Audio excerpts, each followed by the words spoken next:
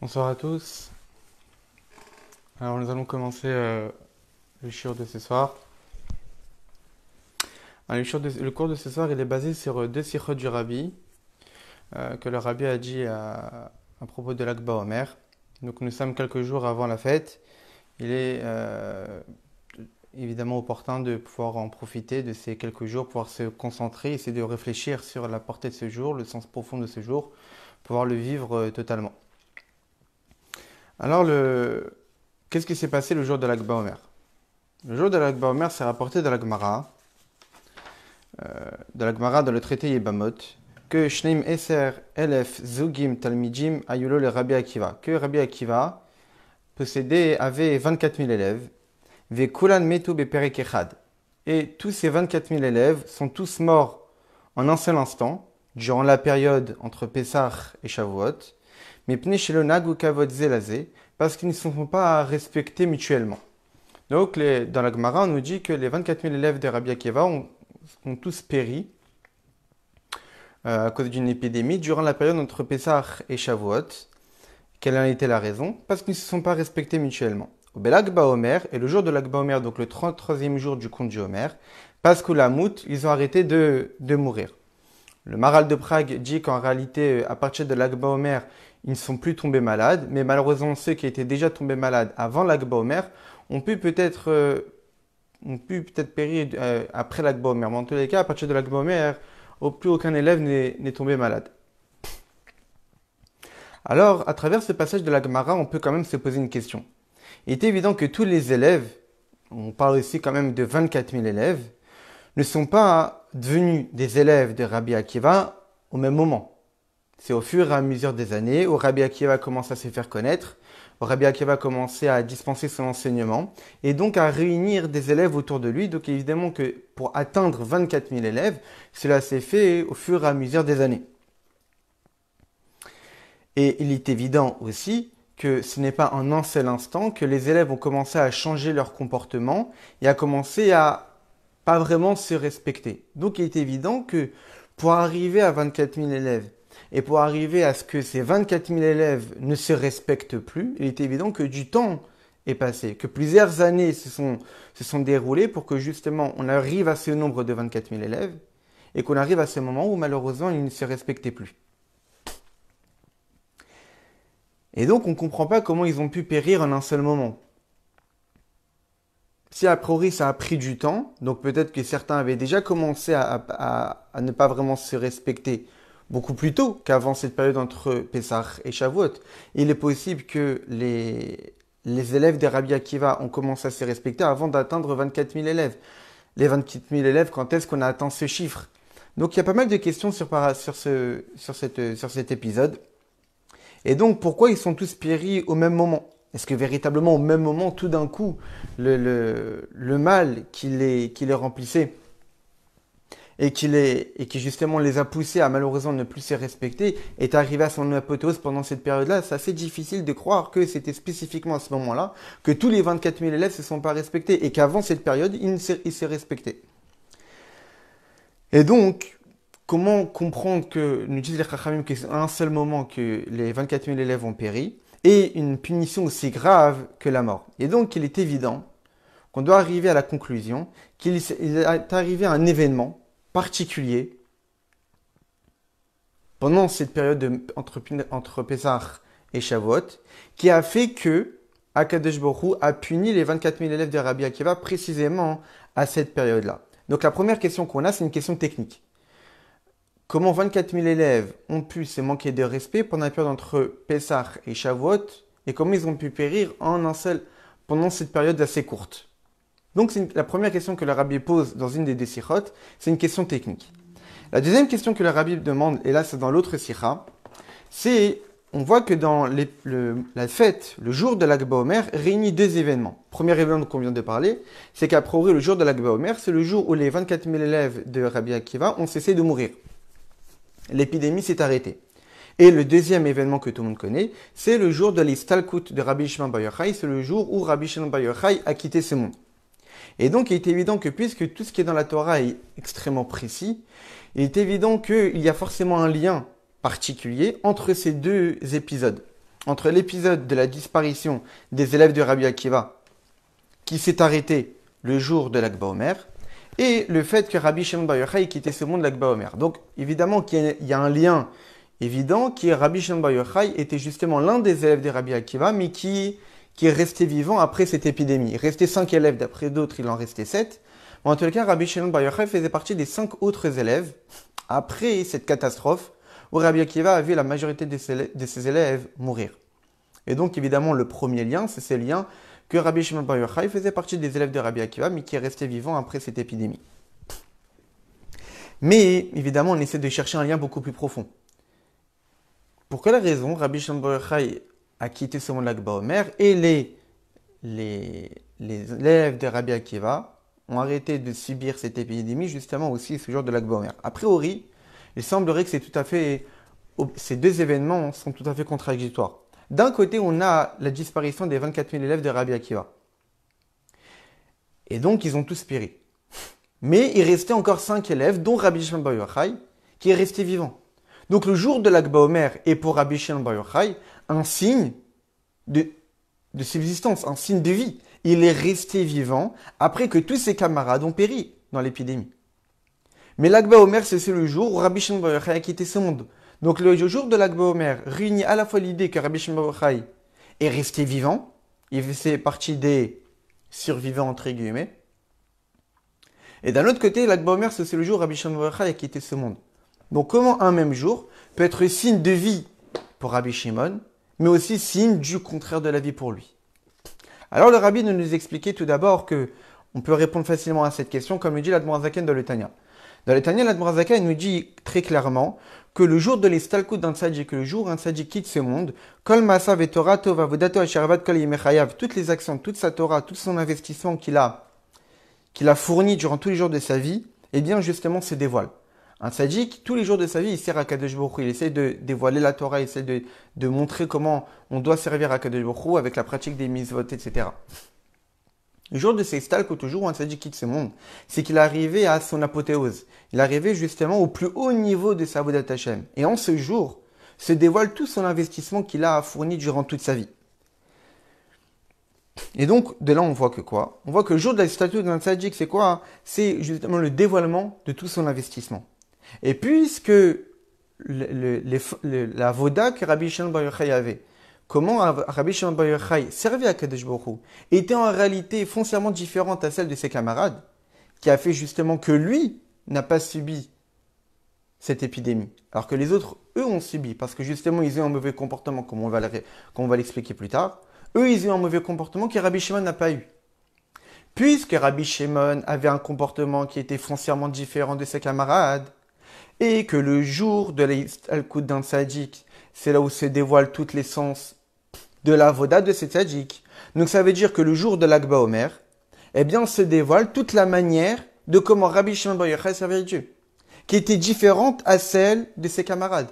Donc c'est tout à fait normal que le jour de l'Akba Omer, où se dévoile la manière de comment Rabbi Shimon Bar Yochai servait Dieu, c'est-à-dire une manière différente de celle de ses camarades, que l'épidémie qui a été provoquée par la manière de servir Dieu de ses camarades s'est arrêtée. C'est-à-dire qu'il y a la cause de l'épidémie, c'est le mauvais comportement des 24 000 élèves. Quand est-ce que cette épidémie va s'arrêter? Quand justement la cause s'arrête, qui est le mauvais comportement. Puisque l'Akba Omer, c'est le jour où justement ce comportement n'a pas lieu d'être, puisque se dévoile toute la manière de comment Rabbi Shimon Bar Yochai sert Dieu, qui était foncièrement différente à celle de ses camarades. Donc c'est tout à fait normal que l'Akba Omer était le jour où cette épidémie qui a terrassé tous les élèves de Rabbi Akiva, pour une certaine raison, s'est arrêtée. Et en même temps, c'est le jour où Rabbi Shimon Bar Yochai a quitté ce monde. Ce ne sont pas deux événements, ce ne sont pas deux notions contradictoires, mais bien au contraire similaires. Rabbi Shimon Bar Yochai a survécu à l'épidémie parce que justement il servait Dieu d'une certaine manière. Et le jour de l'éloula de Rabbi Shimon Bar Yochai, c'est là où se dévoile toute la manière de comment Rabbi Shimon Bar Yochai justement servait à Kadosh Baruch Hu. Et donc, on reste maintenant avec deux questions. La première question, c'est la question technique. Pourquoi, comment 24 000 élèves ont pu être terrassés pendant une si courte période, sous prétexte qu'il se manquait de respect? Techniquement, comment ça s'est déroulé? Comment 24 000 élèves ont pu se manquer de respect dans une période aussi courte? Peut-être ça a commencé plus tôt. Et la deuxième question, c'est quel est le lien quel est le lien profond entre le fait que Rabbi Shimon bar Yochai ait quitté ce monde à Lag BaOmer et des années plus tôt, l'épidémie qui a terrassé tous ses camarades s'est arrêtée le 33e jour du Homer, Lag BaOmer. Alors, tout d'abord, il faut essayer de comprendre comment peut-on dire que les 24 000 élèves de Rabbi Akiva, on parle ici de sommité en Torah, on parle ici de sommité de niveau spirituel, ont pu se manquer de respect. Il est évident qu'on ne peut pas dire qu'ici on parle de manque de respect, qu'en réalité une personne va rabaisser l'autre en public, va avoir un comportement qui montre qu'il a une vie dérisoire, l'autre. Il est évident qu'on ne parle pas du tout de ça. Donc il faut essayer de comprendre quel est le manque de respect qu'on parle ici. Surtout qu'on parle des élèves de Rabbi Akiva. Quelle est cette particularité? On sait très bien, comme on l'a vu dans la paracha de la semaine dernière. Dans Parashat Kedushim, on a la fameuse mitzvah fondamentale qui est Ve'afta l'eracha kamocha. Tu aimeras ton prochain comme toi-même. Que nous dit Rashi sur place? Il rapporte un enseignement de nos maîtres qui nous dit que Rabbi Akiva dit Zeklal gadol batora, que l'amour du prochain est une règle fondamentale de toute la Torah, est un principe. C'est un socle de toute la Torah. Et donc, si c'est Rabbi Akiva qui a précisé que l'amour du prochain est un fondement de toute la Torah, comment ses propres élèves, ces 24 000 élèves, ont pu justement se manquer de respect, qui est tout le contraire du principe de leur maître. Par définition, lorsqu'on est l'élève d'un maître, c'est que non seulement on apprend des enseignements du maître, mais aussi on apprend du comportement du maître. Lorsque Rabbi Akiva a dit que le principe fondamental de toute la Torah, c'est l'amour du prochain, il est évident que les premiers qui ont respecté cet enseignement, c'était ses propres élèves. Donc comment des élèves des Rabbi Akiva, qui justement ont eu cet enseignement si fondamental de savoir que que l'amour du prochain est un principe fondamental de la Torah, et pour autant, ils se sont manqués de respect. Comment comprendre un élève qui fait tout le contraire de l'enseignement du maître? Alors, il est évident qu'il faut comprendre quelle était ici l'idée. Rachamim nous disent que chez Deotem chez les Bnei Adam Shavot, que les pensées des hommes ne sont pas toutes identiques. Nous avons toute notre manière de réfléchir, toute notre manière de penser. On a chacun notre optique de vie. Et donc, il est évident que lorsqu'on parle de 24 000 élèves de Rabbi Akiva, forcément, chacun a sa manière de percevoir la Torah, chacun a sa manière de percevoir l'enseignement de son maître. On a un maître unique, une sommité dans la Torah, qui dispense un enseignement à 24 000 élèves. Parmi ces 24 000 élèves, il est évident que chacun a eu sa manière de comprendre l'enseignement de son maître. Et donc, chacun est arrivé à une conclusion. Donc, quel était le message que Rabbi Akiva délivrait? Une personne est peut-être arrivée à la conclusion que l'essentiel du service de Dieu, c'était l'amour de Dieu. Avat Hashem. Un autre élève peut arriver peut-être à la conclusion que non, l'essentiel de l'amour du service de Dieu, c'est Yirat Hashem, la crainte de Dieu. Et donc, chacun est arrivé à une conclusion qui est différente, puisqu'on a tous notre manière de réfléchir, on a tous notre point de vue, et en fonction de nos capacités intellectuelles qu'on a, et notre manière de voir les choses, il est évident que lorsqu'on reçoit un même enseignement, eh bien, un élève va le comprendre d'une manière, et un autre élève va le comprendre d'une autre manière. Et donc, lorsque les élèves entre eux ont commencé à discuter, eh bien, ils ont commencé à voir que mon camarade considère que mon maître disait autre chose que ce que je pense. Or, moi, avec certitude, je sais très bien que Rabbi Akiva disait ça. Et donc, je vois que mon camarade est en train de tourner, de changer l'enseignement de mon maître. Et donc, qui est en train d'affirmer que l'enseignement de mon maître est totalement erroné. Parce qu'en réalité, pour moi, l'enseignement de mon maître est de cette manière-là. Et lui, il considère qu'il est d'une autre manière. Alors, donc, pour moi, ce qu'il dit, c'est erroné. Donc, il est en train de transformer l'enseignement de Rabbi Akiva. Et il est évident que respecter l'autre seulement de manière extérieure, c'est-à-dire qu'en réalité, j'ai ma manière de comprendre l'enseignement de mon maître. Toi, tu as ta manière, mais je vais quand même te respecter. Lorsqu'on parle de personnes aussi vraies que les élèves de Rabbi Akiva, il n'y a pas cette idée d'hypocrisie. Qu'au fond de moi, je sais que tu as tort, mais je vais me comporter avec respect avec toi. Non, ici, on parle de personnes qui sont émettes. Une personne qui est émette ne supporte pas l'hypocrisie. Lorsqu'il sait qu'il a en face de lui une personne qui est dans l'erreur, il va lui dire clairement. Il ne va pas se dire que lui, par respect, alors je ne vais pas le froisser. Une personne qui est vraie et qui sait que l'autre est en train de tourner, de changer l'enseignement de son propre maître, il ne peut pas l'accepter. Alors forcément, il sera amené à lui dire que ce que tu es en train de dire, c'est faux. Tu transformes complètement ce qu'on a reçu de notre maître.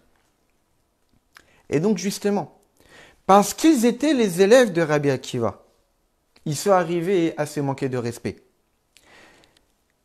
Chaque élève était dévoué totalement à l'enseignement de son maître, au point qu'il ne pouvait pas supporter que quelqu'un d'autre puisse expliquer la halakha, l'enseignement de Rabbi Akiva, d'une autre manière. Pour lui, c'était complètement une erreur. En particulier lorsque ça venait d'un élève. Que ce soit une autre personne qui a mal compris l'enseignement de Rabbi Akiva, ça peut être acceptable. Nous sommes tous des élèves de notre maître. Donc nous sommes censés savoir ce que notre maître est en train d'enseigner. Et pourtant, toi, tu délivres un enseignement qui est totalement contraire, d'après ce que moi je pense. Ce n'est pas acceptable. Et donc, forcément, ils sont arrivés à ne pas se respecter. Surtout parce que justement, Rabbi Akiva a demandé de faire Ve'ahavta l'erecha kamocha. Parce que si Rabbi Akiva n'avait pas mis autant d'importance à l'amour du prochain, comment les élèves auraient pu réagir? J'ai compris l'enseignement de mon maître de telle manière. L'autre a compris l'enseignement de Rabbi Akiva d'une autre manière. Très bien. Moi, je vais penser ainsi, et l'autre, il va penser autrement. Parce que ça ne me dérange pas qu'il pense autrement. Ça ne me dérange pas que l'autre se trouve dans l'erreur. Puisque pour moi, la vérité est ainsi. Donc forcément, si l'autre pense autrement, c'est qu'il se trouve dans l'erreur. Mais lorsqu'on parle d'élèves qui ont reçu comme principe fondamental de la Torah qui est Ve'ahavta l'erecha kamocha, que l'amour du prochain est un principe fondamental de la Torah. Donc on n'accepte pas de laisser l'autre dans l'erreur. Lorsqu'on parle d'amour du prochain, c'est pas seulement d'aider l'autre matériellement, c'est aussi d'aider l'autre spirituellement. Donc lorsqu'on voit qu'une autre personne comprend mal la Torah, se trouve dans l'erreur, qui pense qu'il faudrait se comporter ainsi, alors qu'en réalité il faudrait se comporter autrement, eh bien lorsqu'on a l'amour de l'autre, on ira vers l'autre pour essayer de lui inculquer que non, c'est pas de cette manière qu'il faut comprendre la Torah. C'est pas de cette manière qu'il fallait comprendre l'enseignement de Rabbi Akiva. Mais c'est justement tel que moi je l'ai compris. Donc parce qu'il y avait cet amour du prochain, parce qu'il y avait cette soif d'enseigner la vérité à l'autre, que ces 24 000 élèves ne pouvaient pas accepter que l'autre se trouve dans l'erreur. Et donc chacun est allé voir son camarade en lui disant « Mais tu as mal compris l'enseignement de Rabbi Akiva. » Voilà comment il fallait le comprendre. Mais puisque chacun était totalement dévoué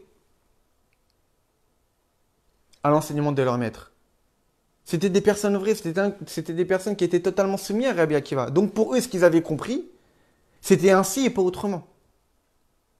Et penser autrement que ce que dit Rabbi Akiva, c'était une erreur fondamentale. Et donc j'ai envie que l'autre ne se trouve pas dans l'erreur. Alors je vais aller lui dire que c'est pas comme ça qu'il faut penser.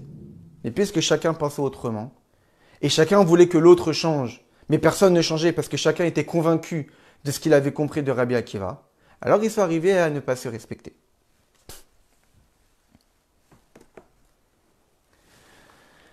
Très bien.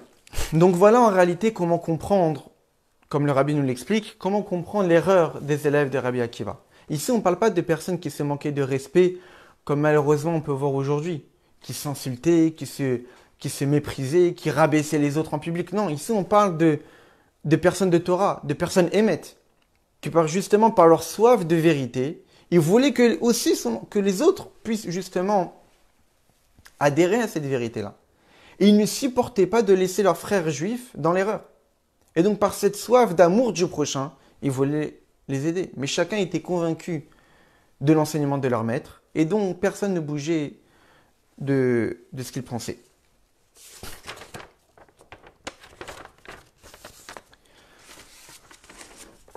Le Rabbi de continuer de nous dire qu'en réalité, pourquoi spécifiquement les élèves de Rabbi Akiva étaient autant des jusqu'au-boutistes? Pourquoi ils étaient autant à fond sur l'enseignement de leur maître?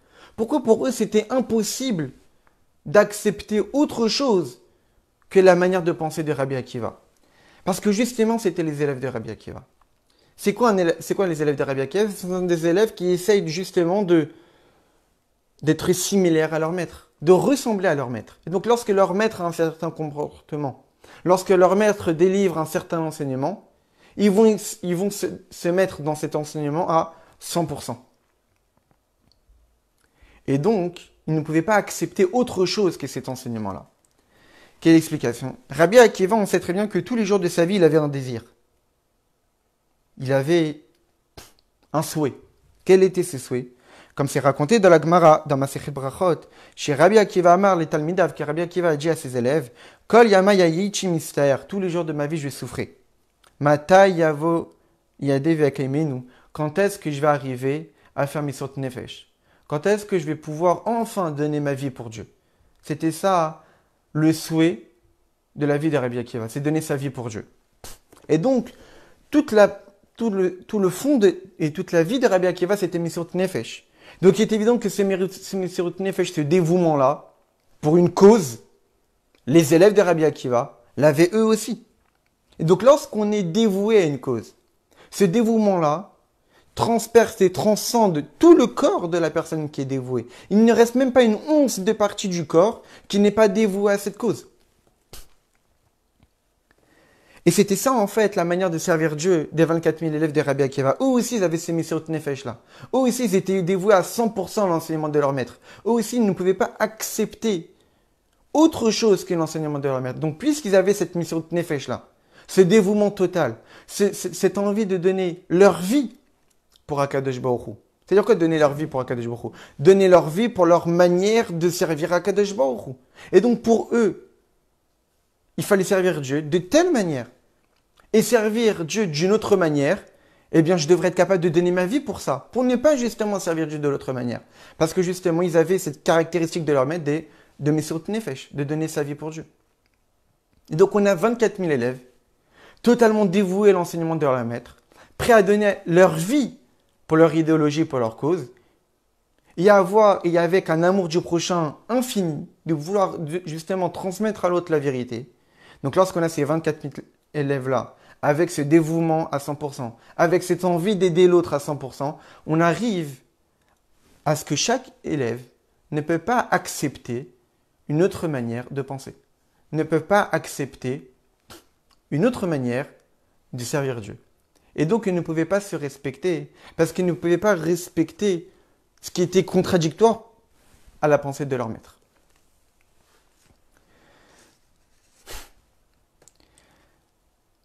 Maintenant qu'on a compris quelle était l'erreur des élèves de Rabbi Akiva, il y a quand même une question qui reste. Ici, on parle de manque de respect. Ils ne se sont pas manqués de respect. Ils ne se sont pas respectés. Il y a une question forte qui doit rester quand même. Pourquoi?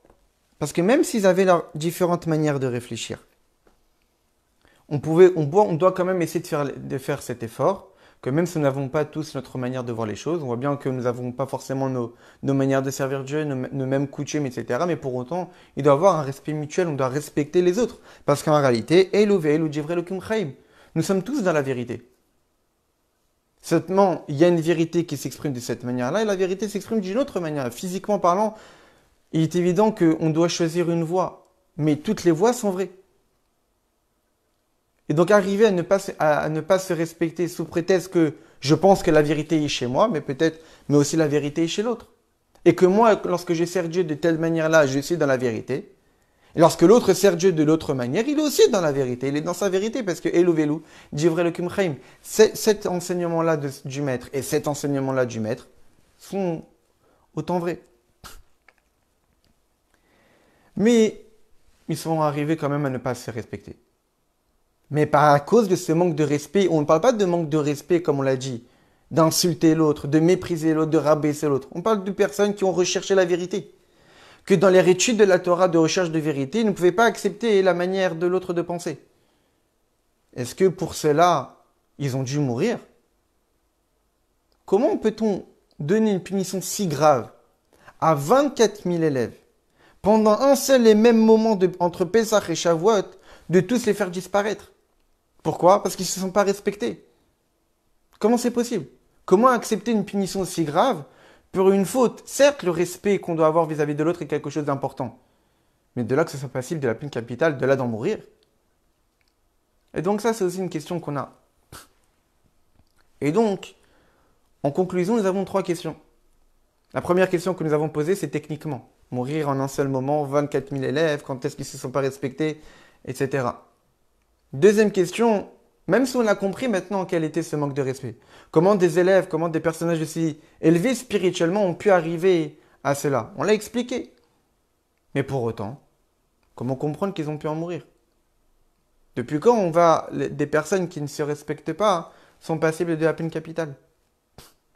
Et la dernière question qu'on avait demandée, c'est quel est le lien entre les deux facettes de l'Akba Omer, la fin de la disparition des élèves de Rabbi Akiva et la Iloula de Rabbi Shimon. Alors le Rabbi nous dit que pour répondre aux deux premières questions, eh bien il faut s'aider d'un autre enseignement de nos maîtres dans l'Yerushalmi. Dans l'Yerushalmi, on leur raconte une histoire similaire avec le même langage. Kulan, Metou, Beperek Echad. Ils sont tous morts en un seul moment. Ce langage-là a aussi été utilisé dans un autre endroit, dans l'Yerushalmi. On nous dit que Maaseh Be'esrim Ve'arba Kariot, qu'il y a eu 24 charrettes d'élèves de la maison de Rabbi, de l'Yeshiva de Rabbi, qui sont allés dans la ville de Lod pour faire Ibour Shana, pour déterminer si l'année devait être une année embolismique ou pas une année embolismique. Est-ce qu'on devait doubler le mois de Hadar ou pas doubler le mois de Hadar? Et donc, ces 24 charrettes d'élèves sont allés à Lod pour justement y réfléchir là-dessus. Venir Nissa Baen Ainara. Et lorsqu'ils sont allés dans cette ville, le mauvais œil est tombé sur eux. Au Metu Kulam Beperek Echad. Ils en sont tous morts à ce moment-là. Et donc le Rabbi déduit de ce langage que au Metu Kulam Beperek Echad, ils sont tous morts à ce moment-là, qui est exactement le même langage utilisé pour les élèves de Rabbi Akiva. On dit que les 24 000 élèves de Rabbi Akiva, parce qu'ils ne se sont pas respectés, ils sont tous morts au même moment. Le même langage. Et donc le Rabbi déduit qu'en réalité, c'est exactement pour les mêmes raisons. Dans ce passage de Yerushalmi, on nous dit la raison pourquoi ces élèves-là qui ont voulu voir si c'était une année embolismique ou non, ils ont péri. Parce que il y avait beaucoup d'élèves. 24 chariots d'élèves. Et puisqu'ils étaient nombreux, alors la Inara est tombée sur eux. On sait très bien, par exemple, que les frères de Yosef n'ont pas voulu rentrer en Égypte lorsqu'ils ont voulu demander du blé par rapport à la famine. Ils ne sont pas rentrés en Égypte au même moment. Tous en même temps, les 9 enfants de Yaakov. Pourquoi? Parce qu'on dit les Mefarshim, parce qu'ils ne voulaient pas avoir de Inara, de mauvais œil. Voir 9 adultes, beaux, forts comme ça peut faire porter le mauvais œil. Et donc, c'est pour cette raison que, évidemment, comment ne pas attirer le mauvais œil, c'est de se faire discret. Mais qu'on a une multitude d'élèves qui se réunissent ensemble, tous des yeshivas de Rabbi, qui sont tous donc dotés d'une grande sagesse, ça leur a porté sur eux le mauvais œil. Et donc, ils ont tous péri de ce mauvais œil-là. Et donc, le Rabbi déduit qu'en réalité, c'est exactement pour les mêmes raisons qu'ont péri les élèves de Rabbi Akiva. La raison de la mort des élèves de Rabbi Akiva qui sont morts en un seul moment, c'est parce que durant cette période, ils sont arrivés au chiffre de 24 000. C'est qu'en réalité, entre Pesach et Shavuot, le nombre de 24 000 a été atteint. Et ces 24 000 élèves, pendant cette période-là, étaient réunis tous ensemble. Et le Rabbi nous précisait que le nombre 24 fait référence à la rigueur. Dans la Kabbalah, on explique que le nombre 24 fait référence à la rigueur, donc au djinn, à la justice, pour plusieurs raisons. L'une des raisons à cela, c'est qu'on voit que le nom Adné, Aleph, Dalet, Nun et Yud, donc Adoshem, Adokai, il a 4 lettres. Et donc, il y a combien de manières de former un nom à 4 lettres? Eh bien, c'est 4 factoriels, 4 fois 3 fois 2 fois 1, donc ce qui fait 24. Il y a 24 combinaisons possibles du nom Adné. Quel est le rapport avec la justice? On sait très bien que le nom Adné, c'est quoi? Mon maître. C'est qu'en réalité, c'est le nom de Dieu qui intervient dans le monde. C'est le nom de Dieu, c'est la divinité qui s'habille dans le monde. Et on sait très bien que pour que la divinité s'habille dans le monde, il y a besoin d'une contraction. Il faut contracter la lumière divine pour que la lumière divine soit accessible pour nous les créatures. Donc le nom Adné fait référence à la rigueur, à la contraction. Et il y a combien de manières de combiner ce nom-là? 24. Et donc le chiffre 24 fait référence à la rigueur. Et les élèves de Rabbi Akiva sont arrivés au nombre de 24 000 pendant cette période entre Pessah et Shavuot. Et cette période de Pessah et Shavuot est aussi une période qui fait référence au djinn. Pour quelle raison? On sait très bien que tous les mois de l'année font référence à certaines sphirotes, comme on va l'expliquer juste après. Mais je le dis maintenant, tous les mois de l'année font référence à une certaine sphira. Une sphira, donc un attribut divin. Le mois de Nissan, le premier mois de l'année, pour les bénis Israël, c'est le mois faisant référence au chesed, à la bonté. En quoi ce mois est si propice à la bonté? Parce que justement, c'est un mois de Nissan, de Nes, de miracle. C'est le mois où Akadosh Baruch Hu nous a libérés d'Égypte. Est-ce qu'on avait un mérite particulier pour sortir d'Égypte? On n'en avait aucun. Birvodo Vaxmo, Dieu nous a libérés d'Égypte en se dévoilant à nous, par pure bonté. Sans qu'on ait un quelconque mérite, au point comme c'est rapporté dans le Midrash. Les Égyptiens, ce sont des idolâtres, et aussi les bénis Israël étaient des idolâtres à l'époque. Mais pour autant, Dieu nous a quand même libérés. Donc, avec un dévoilement du haut vers le bas, par pure bonté divine. Ensuite vient le mois de Iyar. Le mois de Iyar, donc le deuxième mois de l'année, le mois de la Gvoura, de la rigueur, plutôt l'effort du bas vers le haut, où justement on est sorti d'Égypte par bonté divine. Mais lorsqu'on veut recevoir la Torah au mois de Sivan, le troisième mois de l'année, il est nécessaire de faire des efforts. Il est nécessaire de se fatiguer, de se travailler personnellement, qui est tout le mois de Iyar, le mois dans lequel il y a justement le fameux Sfirat HaOmer qu'on dit Omer, où chaque jour on essaie de travailler une mida, de travailler un caractère, un certain défaut, pour essayer de l'enlever et dévoiler certaines qualités qu'on a au fond de nous. Donc le mois de Iyar, c'est le mois de la rigueur. Et donc, pendant cette période, entre Pessah et Shavuot, ils sont arrivés au nombre de 24, faisant référence à la rigueur, pendant une période de rigueur. Et le Maharal de Prague d'expliquer que pour quelle raison cette période-là était si propice à leur disparition malheureusement. Parce qu'en réalité, entre Pessah et Shavuot, c'est quoi?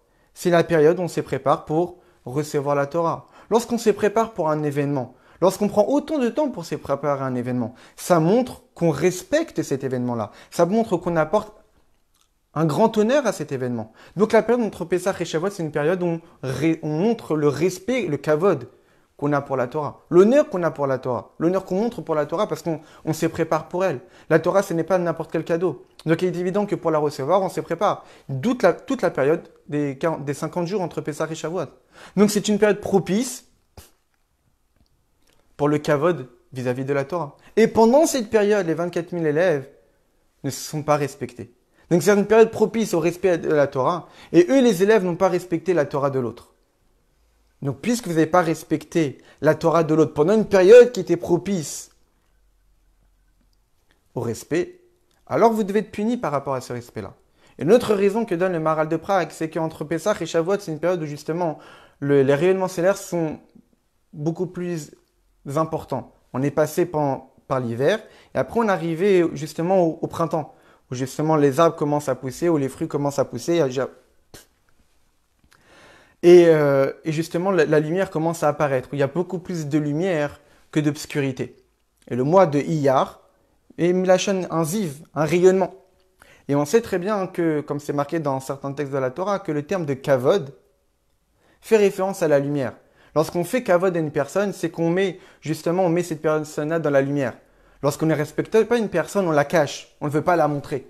Donc on la met dans l'obscurité. Lorsqu'on respecte une personne, on est prêt à la montrer devant tout le monde. Justement, c'est une personne qu'on lui donne toutes les honneurs, on la met, comme on dit aujourd'hui, on la met sous les projecteurs. Donc on la met justement de manière dévoilée aux yeux de tous. Et donc la période entre Pessah et Shavuot, c'est une période propice à la lumière, donc une période propice au respect. Et pendant cette période, les élèves de Rabbi Akiva ne se sont pas respectés, donc c'est tout à fait normal qu'ils devaient subir justement ce manque de respect. Et donc le rabbi là il est en train de nous expliquer que rien que par rapport au manque de respect, les 24 000 élèves ne pouvaient pas subir cette peine aussi grave de la mort. Mais puisque ils ont été touchés par le Yinara, parce que ces 24 000 élèves se sont rassemblés, et ils ont atteint un nombre qui est signe de rigueur, de justice, et ce manque de respect s'est effectué justement pendant la période entre Pessah et Shavuot, qui est normalement une période propice pour le respect, pour les deux explications qu'on a données. Et donc, c'est la raison pour laquelle ils ont subi ce djinn.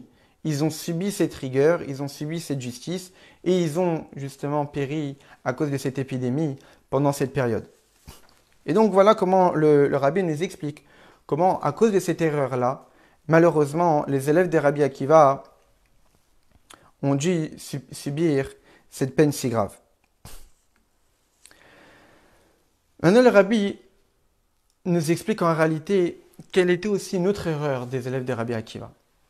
On vient de dire, juste avant, que l'une des caractéristiques de ces élèves, c'est qu'ils étaient comme leur maître.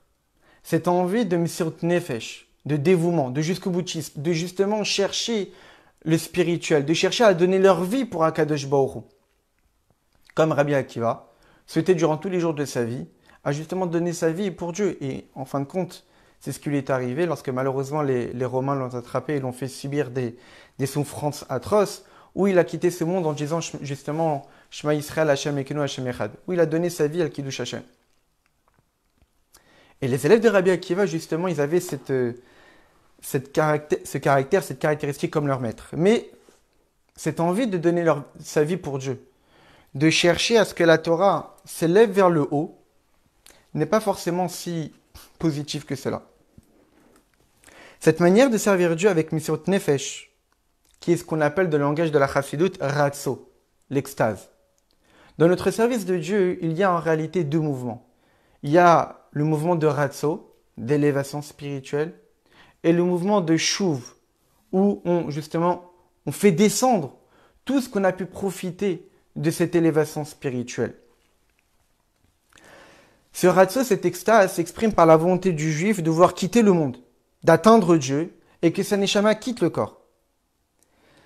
Et donc même si c'est vrai que pour eux, cette manière de servir Dieu est extraordinaire, lorsqu'un juif souhaite justement se détacher de la matérialité de ce monde, se détacher de la grossièreté de ce monde et ne faire qu'un avec Akadosh Baruch Hu. Donc son référentiel à ce juif, peut-être que c'est une grandeur.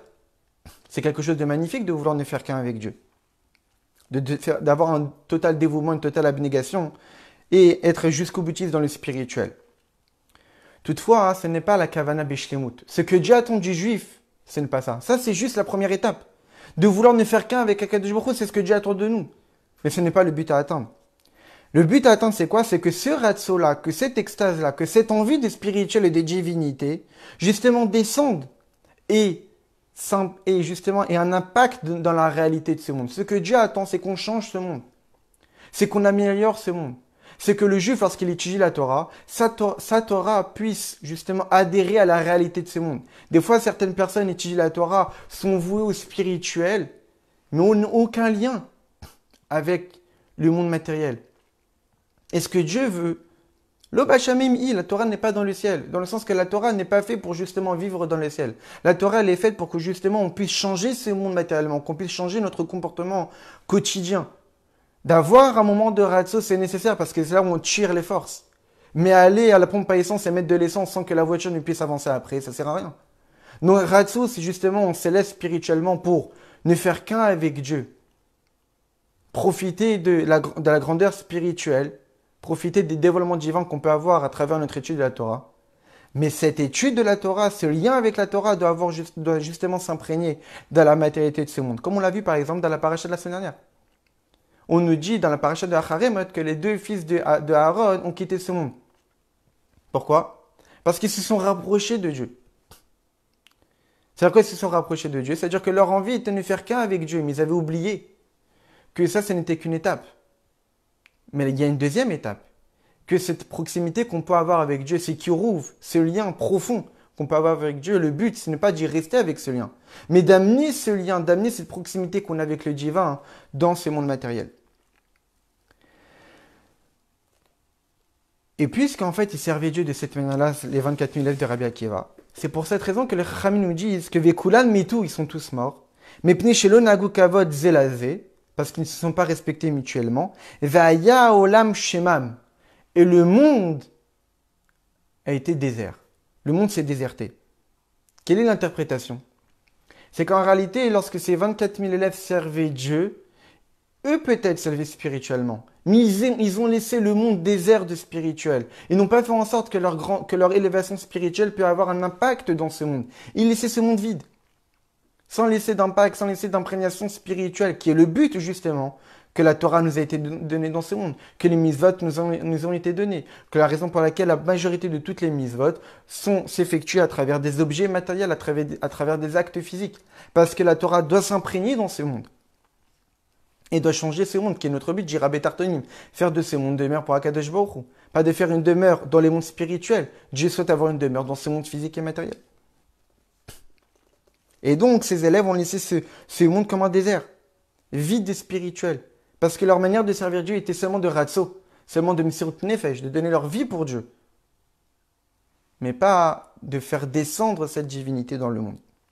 Et en réalité, comme on l'avait demandé au tout début, pour quelle raison les 5 autres élèves, eux, ont survécu? Parce que justement, ils servaient Dieu d'une manière différente. Les 5 élèves qui restaient après cette épidémie, les 5 autres élèves dont Rabbi Shimon Bar Yochai en faisait partie, eh bien, qu'est-ce qui est marqué? Emimidou Torah, c'est par eux que la Torah s'est tenue. C'est-à-dire quoi s'est tenue? Parce que eux, ils servaient Dieu de manière aussi de chouve. Pour quelle raison ils servaient Dieu de manière aussi de chouve, c'est-à-dire de faire descendre la Torah? Parce qu'en réalité, ils avaient mieux compris, eux, l'enseignement de leur maître que les 24 000 autres. Rabbi Akiva, lui qui recherchait tout le temps le Messirut Nefesh, mais sa manière de servir Dieu était véritablement complète. À la fois le ratso et à la fois le chouve, à la fois l'extase et à la fois le retour dans ce monde, dont on le voit. C'est rapporté dans les enseignements de Maître que 4 personnes sont rentrées dans le Pardès. Le Pardès, c'est des dévoilements divins extrêmement profonds d'Akadosh Baruch Hu. 4 personnes sont rentrées dans ce Pardès-là. Une seule personne est sortie indemne. Une personne en est morte, une autre personne est devenue complètement folle, une autre personne a complètement tourné et abandonné la Torah et les mitzvot. La seule personne qui est sortie indemne, c'est qui? C'est Rabbi Akiva. Que nous disent les Chachamim à propos de Rabbi Akiva? On dit qu'il est Nichnas Beshalom, et il est rentré en paix dans le Pardès. Veyatsa Beshalom, il est sorti en paix. Ça veut dire quoi? C'est que pour quelle raison il est sorti en paix? Parce qu'il est rentré en paix. C'est-à-dire que lorsqu'il est rentré dans ce niveau spirituel extrêmement élevé, son intention, c'était de rentrer en paix. C'est-à-dire de faire la paix entre le spirituel et le matériel. Ne pas seulement s'élever spirituellement et de se suffire de cela, mais lorsqu'il est rentré dans ces pardès-là, il savait que toute son intention, c'était de profiter de ces dévoilements divins, mais de justement les amener dans ces mondes matériels. Donc lorsqu'il est rentré, c'était dans la paix. De manière justement, après coup, il sortira aussi en paix avec le chouv. Sa volonté de s'élever vers Akadosh Baruch Hu, en faisant sortir sa neshama de son corps, sans aucune limite, c'était justement pour rajouter de la vie dans ce monde. Rajouter de la vie dans son investissement, dans sa manière de servir Dieu ici-bas. Et donc, on comprend de là maintenant quelle est la différence entre les 24 000 élèves qui ont disparu et les 5 autres qui justement ont survécu.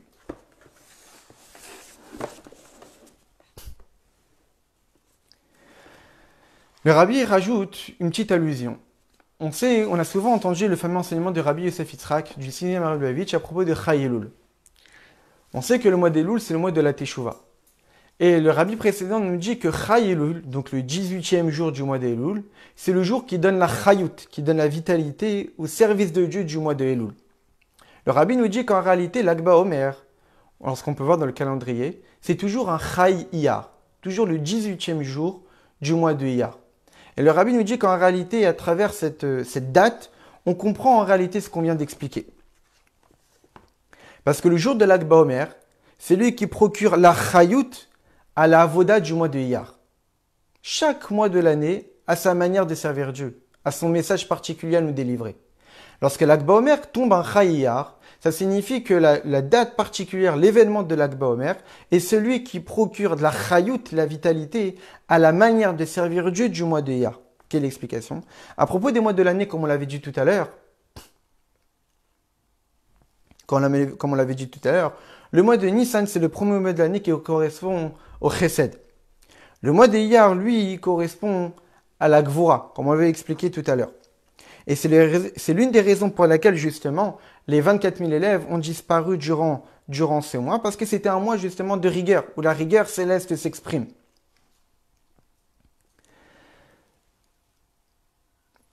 qui est le moment justement le mois des Iyar, c'est le moment de l'élévation du bas vers le haut. Le Chesed, c'est un mouvement du haut vers le bas, alors que la Gvura, c'est un moment du bas vers le haut. C'est la raison pour laquelle, par exemple, Yitzhak est justement le symbole de servir Dieu de manière de Gvura. Que faisait Yitzhak? Il creusait des puits. C'est quoi creuser? C'est justement essayer de faire jaillir les sources d'eau qui sont cachées sous terre. Donc faire jaillir l'eau du bas vers le haut. La Gvura, c'est justement l'élévation de l'homme par ses efforts personnels vers le divin. Donc le mois de Iyar, qui est le mois de la Gvura, et le mois justement qui est le symbole du Ratso, de l'extase vers Dieu. Mais l'Ag Baomer, c'est Chai Iyar. C'est lui qui donne la vie à ce Ratso-là. On peut avoir un Ratso qui est stérile, comme malheureusement ce que les 24 000 élèves avaient. C'est-à-dire de s'élever spirituellement, mais ça reste stérile sans qu'il y ait d'impact derrière dans ces mondes matériels. Il n'y avait pas de vie qui en découlait. L'Ag Baomer, c'est le Chai Iyar, c'est le jour qui donne la Chayut, la vitalité, qui donne un sens productif à cette élévation spirituelle du mois d'Iyar, qui est que le Ratso ne reste pas stérile, le Ratso a une suite, qui est justement cette idée de chouv, de descendre vers le bas, de faire en sorte que toute l'élévation spirituelle que le tzaddik peut avoir dans sa avoda, il le fait descendre dans ce monde matériel pour changer ce monde et le rendre meilleur.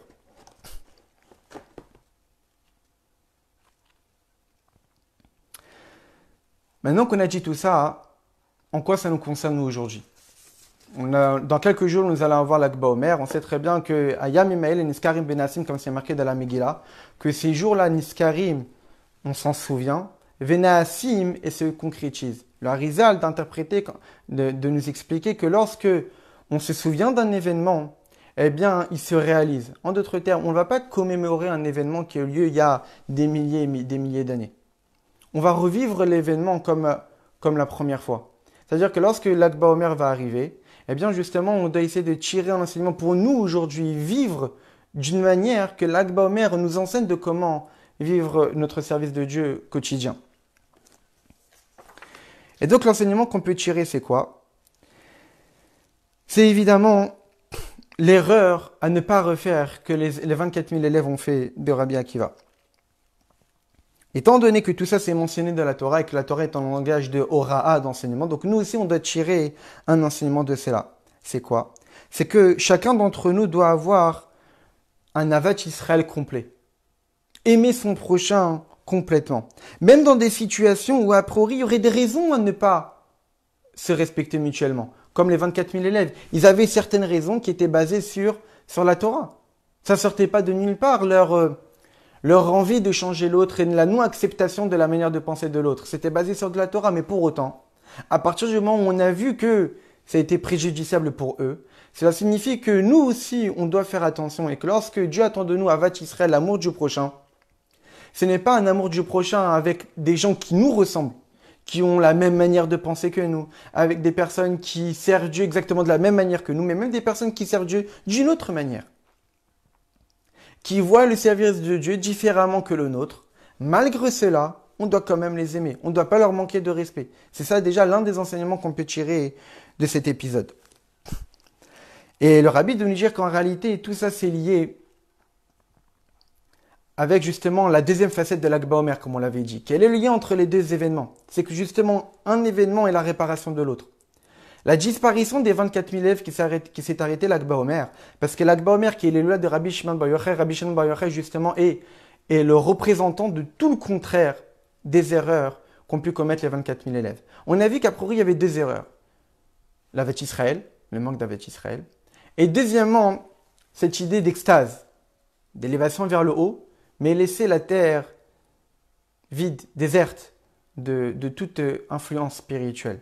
Et le Rabbi va nous rapporter un épisode qu'il nous a raconté dans le Talmud à propos de Rabbi Shimon Bar Yochai, qui va en réalité nous montrer ô combien Rabbi Shimon Bar Yochai avait une manière de servir Dieu qui était toute la réparation de cette erreur-là.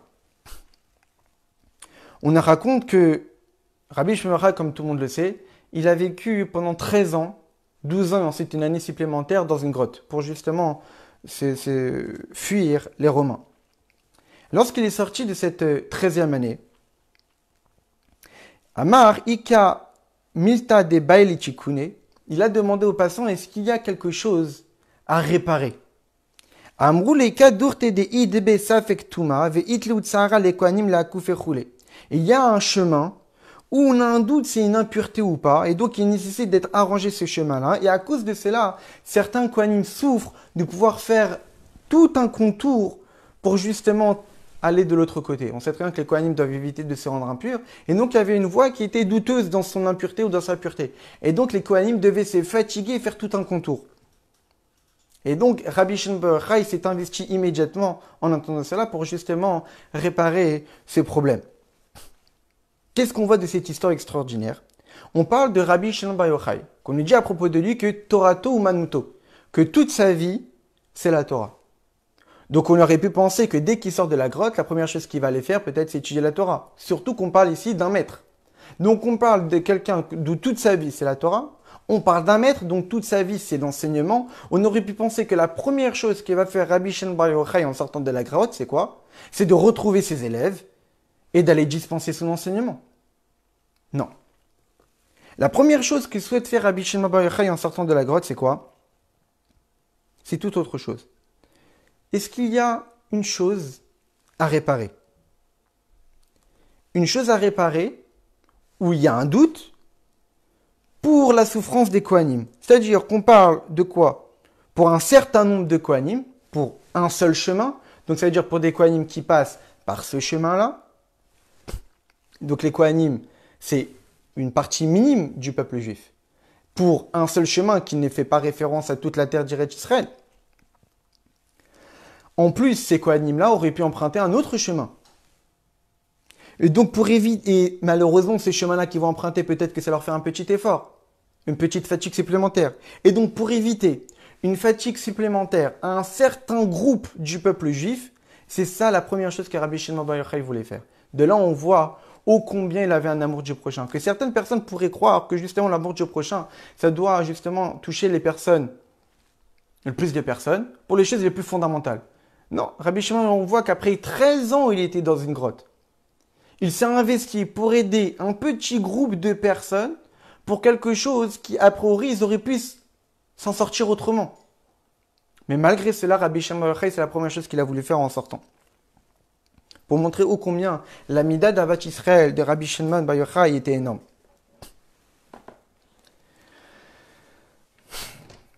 Et c'est ça en réalité ce que dit aussi Rabbi Shimon bar Yochai dans Masechet Sukkah, il dit Yachol ani liftor et kol haolam kulo minadjin. Moi, je suis capable d'exempter le monde de la justice.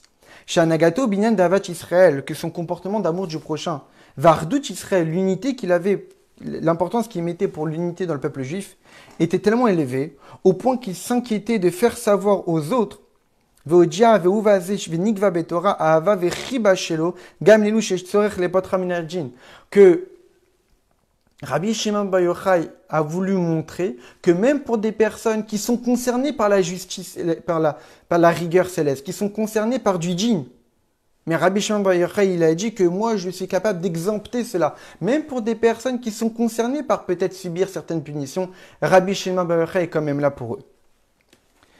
Et la deuxième chose qu'on voit dans cet épisode-là, c'est qu'en réalité, qu'est-ce qu'il a fait Rabbi Shimon bar Yochai en sortant? Il ne s'est pas investi dans l'étude de la Torah. Il s'est investi dans réparer des choses concrètes, dans la réalité de ce monde. Donc toute l'idée de chouve. On parle de quelqu'un qui est rentré dans la grotte. Donc quelqu'un que, comme on sait très bien, qu'il a connu des élévations spirituelles énormes pendant ces 13 années-là. Où il ne pouvait même pas accomplir de mitzvot. Et on dit qu'il accomplissait les mitzvot de manière spirituelle pendant ces 13 années-là. Et dès qu'il est sorti, après ces passages de ratso, d'élévation spirituelle, d'extase pour le divin, la première chose qu'il a voulu faire, justement, c'est chouve. C'est imprégner toute son élévation spirituelle dans la réparation de la réalité de ce monde. Que des fois, malheureusement, on pourrait croire que dans la Vodat Hashem, l'essentiel, c'est spirituel. Non. Parfois, les choses pragmatiques, les choses dans le réel. Essayer de s'investir dans l'éducation des enfants, dans l'harmonie dans le couple, ou dans les choses a priori qu'on pourrait croire comme étant pas si important, peut-être que le plus important, c'est l'étude de la Torah, c'est l'élévation spirituelle, c'est prier pendant des heures. Non, il y a aussi cette idée de pragmatisme, de réalité, de voir justement être là pour aider les autres. Et on voit que justement chez Rabbi Shimon bar Yochai, justement, il y avait tout le contraire des erreurs des 24 000 élèves. On a dit que l'erreur des 24 000 élèves, c'était le manque d'Avat Israël. Rabbi Shimon bar Yochai, on voit que dès qu'il est sorti de la grotte, il a montré un Avat Israël énorme. L'erreur des 24 000 élèves, c'est cette idée d'extase, d'abnégation, de dévouement total, de Misirut Nefesh. Mais ils avaient oublié qu'il y avait la deuxième étape. Rabbi Shimon bar Yochai a montré qu'après toutes ces années d'extase, sa première chose qu'il voulait faire, c'était quoi? C'était chouv, d'imprégner la matière.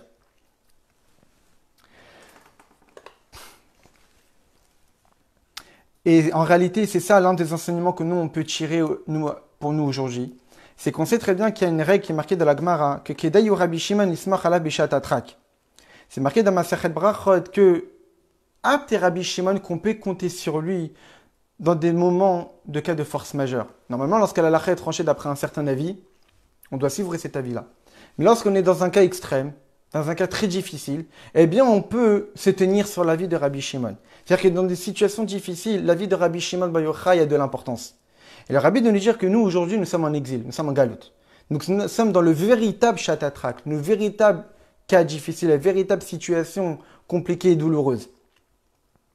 Et quelle était la raison de cette situation douloureuse dans laquelle on est? Sinatrinam, l'aide gratuite. Donc, sur qui on doit compter lorsque nous nous trouvons dans une galoute, lorsque nous nous trouvons dans un chatatrak, on doit compter sur l'avis de qui? De Rabbi Shimon. Quel est l'avis de Rabbi Shimon? Celui qui est capable d'exempter tous ceux qui sont concernés par la justice, celui qui a montré un dévouement total d'Avat Israël. Donc, l'un des enseignements qu'on peut tirer de l'Ag BaOmer, c'est quoi?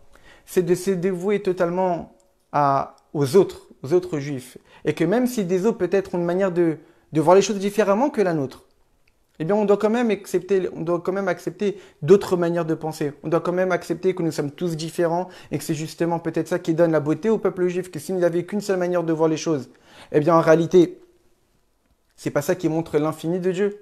L'infini de Dieu s'exprime justement dans la pluralité et malgré la pluralité, il y a l'union. Et c'est ça ce que Rabbi Shimon a montré, et c'est ça ce que nous, on doit tirer comme enseignement pour l'Ag BaOmer, que lorsque ce jour arrive où, justement, comme on l'a dit, comme le dit l'Admorazaken de l'Etania, que le jour de l'Eloula d'un tzaddik, toute la avoda de ces tzaddik-là se dévoile à nous, et que nous, on peut en profiter, qu'il y ait le poil Yeshua, le Beker et Vaaretz, qui provoque des délivrances proches de la terre. Et donc, nous, on doit essayer de profiter de ce jour magnifique, propice pour des brachot qui sont infinis.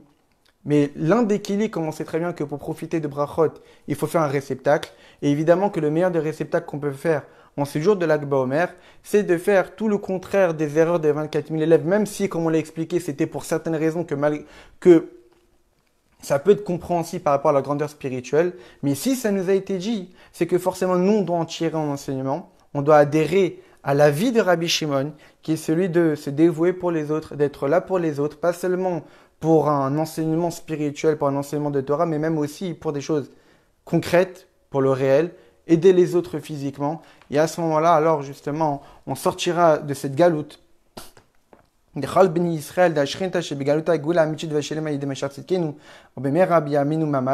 comme c'est marqué dans le Zohar, que Akadosh Baruch Hu va nous, grâce à ce livre, grâce à l'enseignement de Rabbi Shimon bar Yochai, grâce à la profondeur de la Torah et grâce à la Chassidut, justement, on va sortir de cette galoute de Rachamim avec miséricorde.